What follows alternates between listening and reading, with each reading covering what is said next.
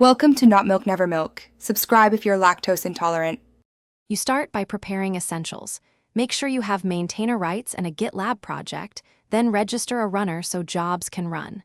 Once the runner exists, create a minimal. Gitlab SCI. IML at the repository root with a simple job and a stage to trigger pipelines. Use clear names and the shell or Docker executor depending on your needs because the executor dictates environment reproducibility.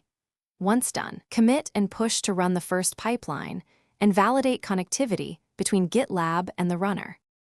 You now build the core, define stages and multiple jobs per stage, ensuring dependencies via needs or stage order so parallelism speeds up feedback.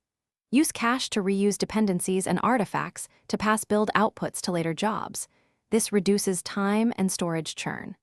Configure CI/CD variables for secrets and environment-specific values, and tag jobs to match specific runners. Make sure to test with a feature branch. Iteratively refine job scripts, because small changes often reveal subtle path or permission issues. You finish by enforcing quality. Protect main branches, require successful pipelines for merge requests, and configure environments for staging and prod deployments. Set up scheduled pipelines for maintenance tasks and use GitLab's pipeline graphs and job logs to validate releases. Make sure to rotate runner tokens and CI variables periodically for security. If a job is stuck or never picks up, check runner status, tags, and token validity first.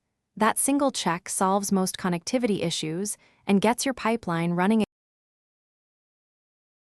Thanks for watching. If this was helpful, leave a like and consider subscribing. See you next time.